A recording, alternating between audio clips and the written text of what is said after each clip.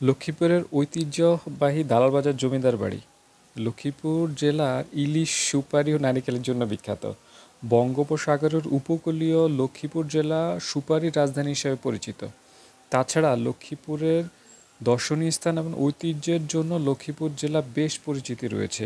বিখ্যাত ব্যক্তিবর্গের জন্মস্থান ছাড়াও লক্ষ্মীপুর রয়েছে অনেক দর্শনীয় স্থান। আমরা যদি আরেকটু বলি, লক্ষ্মীপুর বাংলাদেশের দক্ষিণ পূর্ব অঞ্চলে অবস্থিত চট্টগ্রাম বিভাগের একটি জেলা।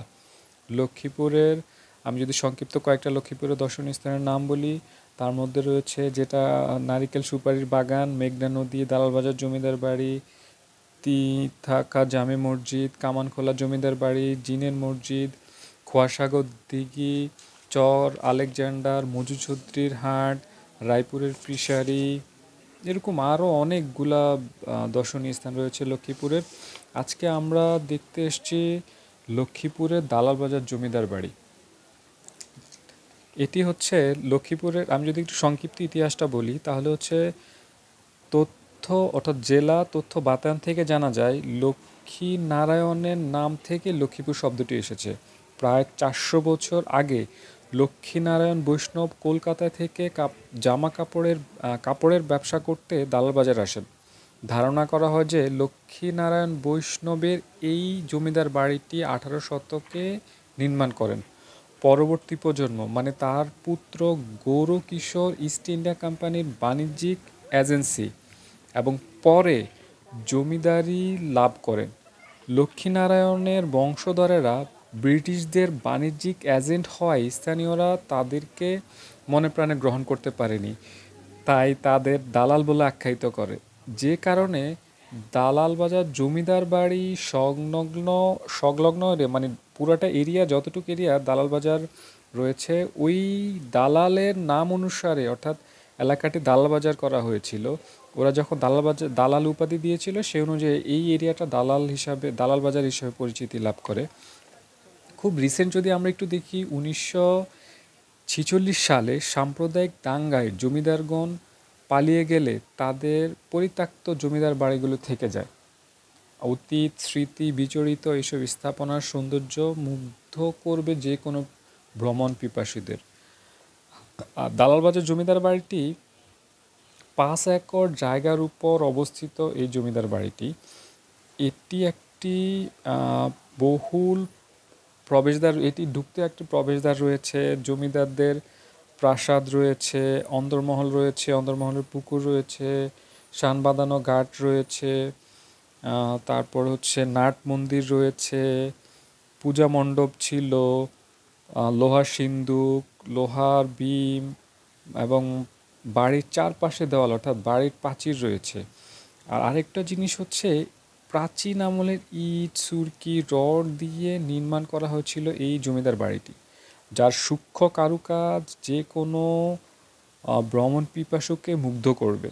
বর্তমানে এই জমিদার বাড়িটির পাশে রয়েছে একটি পুলিশ ফাঁড়ি, যাতে পর্যটকদের নিরাপত্তার জন্য এই পুলিশ ফাঁড়ি রয়েছে এবং এইখানে একটি গেস্ট হাউস হয়েছে যাতে পর্যটকরা এসে থাকতে পারে। আর গেস্ট হাউসে থাকার জন্য যে খরচটা খুবই সীমিত, এটা সরকারি গেস্ট হাউস। আর আরেকটি জিনিস হচ্ছে এই জরাজীর্ণ বাড়িটি অর্থাৎ পুরানো বাড়ি বলেন বা জমিদার বাড়িটি, আমি অনেক জেলার জমিদার বাড়ি দেখেছি, তার মধ্যে দালালবাজার জমিদার বাড়িটার আমার মনে হয় আরও সংস্কারের দরকার রয়েছে। আমি যখন ঢুকেছিলাম একটু মন খারাপ হয়েছিল, পরে অবশ্য ভিতরে ঢুকে তার পরিবেশ, গাছপালা বা ওভারঅল দেখে একটু আবার মন ভালো হয়েছিল। জমিদার বাড়িটি যেহেতু অনেক পুরানো, সেহেতু আমার এটার সংশ্লিষ্ট ব্যক্তিদের দৃষ্টি আকর্ষণ থাকবে যে যেন এটার আরও সংস্করণ করা হয়। চাইলে এটার ভিতরে যে মিউজিয়াম করা যায়, তারপর হচ্ছে যে আরও একটু সুন্দর করে বসার ব্যবস্থা করা যায়, অর্থাৎ পর্যটন কেন্দ্র হিসাবে করা যায়। কারণ এখানে প্রচুর পর্যটন আসে, প্রতিদিনই পর্যটন আসে। এলাকার লক্ষ্মীপুর জেলার বিভিন্ন জায়গা থেকে মানুষগণ আসে এখানে হচ্ছে যে দেখার জন্য। তো এইখানে আসলে একটা সম্ভাবনা রয়েছে পর্যটনের জন্য, যেটা যদি আমরা কাজে লাগাতে পারি। কারণ এই পর্যটন লক্ষ্মীপুরে যতগুলো পর্যটন এরিয়া রয়েছে তার মধ্যে দালালবাজার জমিদার বাড়িটির নাম খুব প্রচলন রয়েছে সবার মুখে মুখে। সবাই ঘুরতে আসলে প্রথমে দালালবাজার জমিদার বাড়ি এবং খোয়াসাগর দিঘি যেটা আছে সেটাকেই হচ্ছে চয়েস করে। এবার আমি যদি আরেকটু আসি, আপনি যদি এই লক্ষ্মীপুর জেলা দর্শনীয় স্থানগুলো দেখতে চান, প্রথমে যদি দালাবাজার জমিদার বাড়িটি দেখতে চান তাহলে কিভাবে যাবেন? রাজধানী ঢাকা থেকে, ঢাকা সায়দাবাদ বাস টার্মিনাল থেকে Econo, Dhaka express, BRT, BRTC, জোনাকি, রয়্যাল, এরকম অনেকগুলো বাস ছেড়ে যায়। প্রতি আধা ঘন্টা পর পর বাস ছাড়ে বা 1 ঘন্টা পর পর বাস ছাড়ে, লক্ষ্মীপুর উদ্দেশ্যে ছেড়ে যায়। লক্ষ্মীপুর যেতে 4 থেকে 5 ঘন্টা সময় লাগে অন অ্যাভারেজ।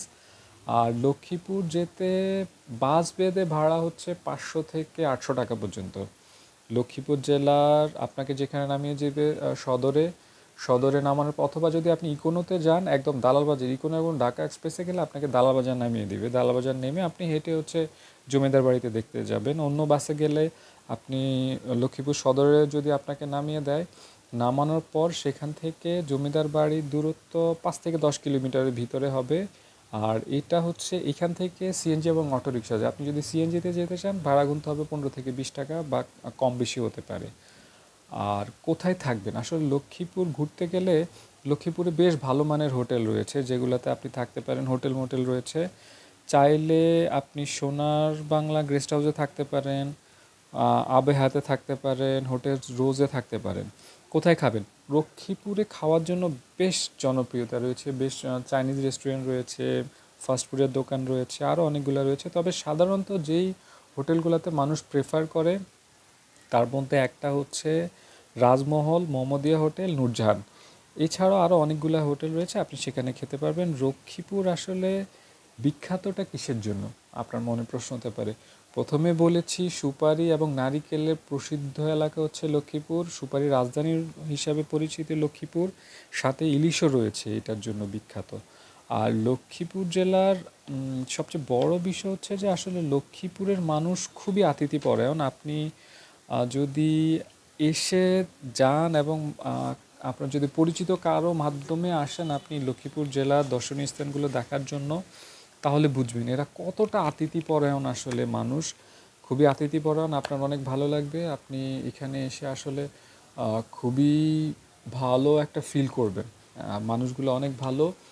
আর লক্ষ্মীপুর জেলার আরও একটা জিনিস হচ্ছে, আপনি লক্ষ্মীপুর জেলা দর্শনীয় স্থানগুলো দেখতে আসেন তাহলে আপনাকে একটা ট্যুর প্ল্যান করে আসেন, আপনি কীভাবে দেখতে পারবেন। আমি আপনাকে প্রেফার করব, প্রথম হচ্ছে আপনি চাঁদপুর আসবেন। চাঁদপুর এসে হচ্ছে যে আপনি লঞ্চে আসবেন ঢাকা সদরঘাট থেকে। ভোর 6টা থেকে রাত 12টা পর্যন্ত আধা ঘন্টা পর পর আপনার লঞ্চ ছেড়ে আসে চাঁদপুর উদ্দেশ্যে। আপনি চাঁদপুর আসবেন, চাঁদপুর থেকে সিএনজি করে রায়পুর, রায়পুর থেকে আপনি লক্ষ্মীপুরে আসতে পারবেন। আর যখন আপনি চাঁদপুর আসবেন, চাঁদপুরে অনেকগুলো দর্শনীয় স্থান হয়েছে। একে তো আপনার নৌভ্রমণও হলো, তার সাথে হচ্ছে আপনার চাঁদপুরের যে দর্শনীয় স্থানগুলো রয়েছে, আমি এর আগে আমার ভিডিওতে বলেছিলাম আসলে চাঁদপুরের দর্শনীয় স্থানগুলো কী কী, সেগুলো দেখবেন। দেখে এক রাত্রে হচ্ছে লক্ষ্মীপুর থাকবেন, পরের দিন হচ্ছে আপনি লক্ষ্মীপুর সারাদিন ঘুরবেন। ঘুরে হচ্ছে যে আপনি ঘুরবেন, খাবেন, বা কারো বাড়িতে যদি যান সেখানে থাকবেন। তারপরের দিন যদি আপনার শর্ট ট্রিপ থাকে, 2 দিনের ট্রিপ থাকে, তারপরের দিন আপনি সেখান থেকে আবার লক্ষ্মীপুর থেকে রায়পুর, রায়পুর থেকে চাঁদপুর, চাঁদপুর থেকে রাতের লঞ্চে আপনি আবার ঢাকায় ফিরে আসতে পারবেন। এই ট্যুর প্ল্যানটা করলে আপনার জার্নিটা অনেক উপভোগ হবে। ওভারঅল আমি যদি বলি, আপনি লক্ষ্মীপুরে এসে অনেক মজা পাবেন। আর হচ্ছে দালাল বাজার জমিদার বাড়ি সম্পর্কে যেহেতু আজকে আমি বলতেছি এবং আমি এখানে ঘুরে আসি, আমি আমার ফ্যামিলি নিয়ে অনেক দিন পরে এরকম একটা জমিদার বাড়িতে গিয়েছিলাম। যদিও প্রত্যাশা অনেক বেশি ছিল, সেটা পূর্ণ হয় নাই। আশা করবে এটা আরও উন্নতি হবে, আরও ভালো কিছু হবে, আরও পর্যটন এখানে আসবে। এটা পুরোপুরি একটা পর্যটন কেন্দ্র হিসাবে গড়ে তোলা হবে। এবার এখানে যারা ঘুরতে আসবেন তাদের প্রতি একটাই অনুরোধ থাকবে, আপনারা দয়া করে পর্যটন কেন্দ্রগুলোতে নোংরা করবেন না, অর্থাৎ ময়লা আবর্জনা, চিপসের প্যাকেট বা এরকম যত কিছু আছে যেখানে সেখানে ফেলবেন না। আর যেহেতু এটা অনেক পুরানো বিল্ডিং, জরাজীর্ণ বিল্ডিং, যেখানে সেখানে উঠবেন না, ছবি তুলবেন না। যে কোনো সময় যে কোনো দুর্ঘটনা ঘটতে পারে, সাবধানতার অবলম্বন করতে হবে।